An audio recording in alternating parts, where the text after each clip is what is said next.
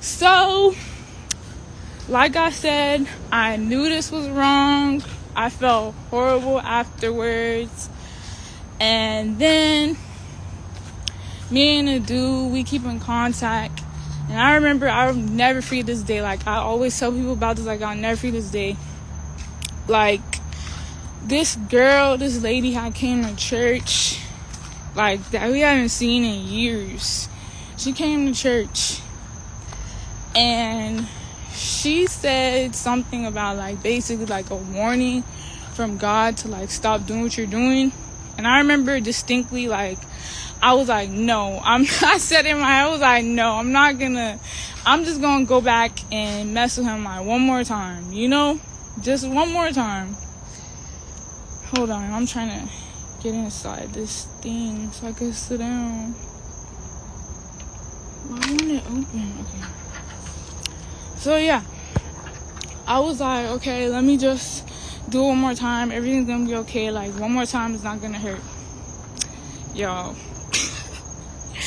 We had sex one more time. And guess what? This boy had gave me an STD, y'all. And still to this day, like, I'm in shock because it's like, it never ceases to amaze me that God will always give you warnings before something crazy happens to you. Like, literally, he will always give you warnings. So, that happened. I'm over here angry. I'm upset. I'm feeling like I want to commit suicide. All these things because I decided that I couldn't wait and do it the proper way that God said for marriage. I couldn't wait. So these are consequences that happens when we don't wait and we decide to do these things outside of marriage. But that's not even the finished product of the thing. There's more to the story. So we're gonna go back to the boy that originally I told you guys about from high school, that we just like, he just randomly popped out of thin air, like, literally. So he's over here trying to, get me to have sex with him too. And I'm like, I don't think that's a good idea. Like, I literally just, got into something. So I don't think that's a good idea. So I'll give it about, like, maybe, like, 3 months go by. And I finally decide to, like, go out there and, do with him. I'm, like, using code words or whatever stuff because there's people around. But, yeah, I decided to go do with him. And, I want to say maybe like a week later,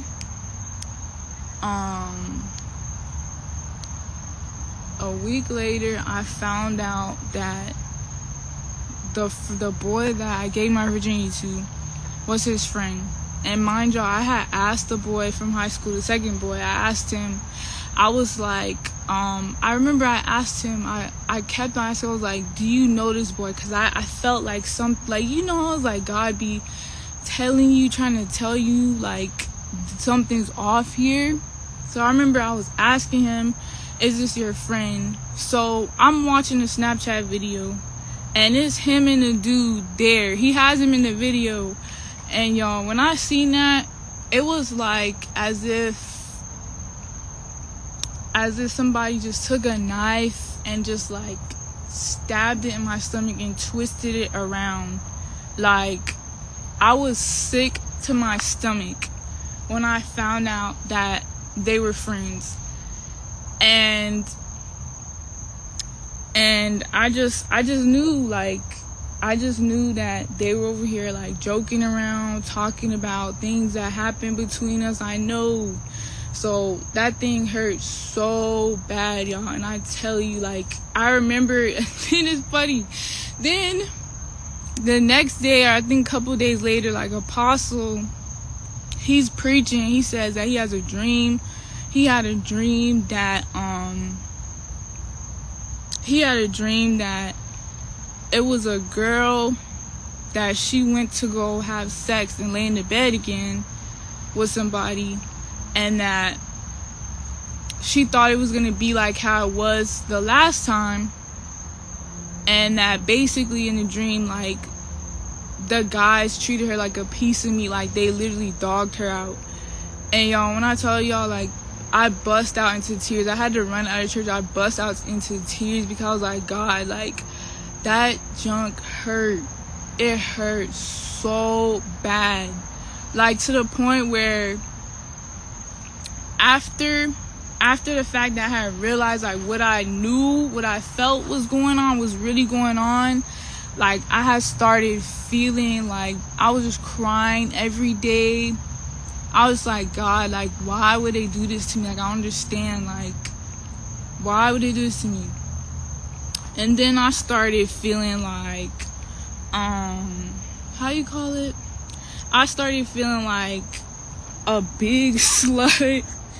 I don't know why I'm laughing. Y'all know I'm silly. But I started feeling like I was a big slut, and that I didn't want no men to look at me. Like, I literally felt like a piece of garbage. But I'm just telling you guys all this to say, I don't know who needs to hear what I'm saying to you, but don't go out. I don't know who it is. Like, you're thinking about wanting to go and have sex, but I'm telling you, wait. Don't do it, because like, you don't want to deal with this type of stuff. You don't want to deal with this mental warfare of wanting to just be with somebody. Like, and then another thing I'll say, forgot. Like, the whole time, like, I wasn't doing nothing afterwards. I was still having mind battles in my head, thinking about how it felt good. But it's like, you know how crazy that is? It felt good, but this person gave me a disease. Like, that's crazy. It don't make any sense. So I'm just coming on here to tell y'all and let y'all know, I don't know who it is who's thinking about deciding to have sex. Wait. It's not worth it. You better wait. And I know guys using me to talk to you, whoever you are, like, you better wait to have sex. Like, for real, this stuff is no joke. The mental warfare that you will go through is something serious, and you don't want to be, yeah. So, yeah, I don't know who needed to hear this tonight, but God will not let me rest until I did it. So, this concludes the live for tonight, guys, and I'll be doing part 3, I don't know when.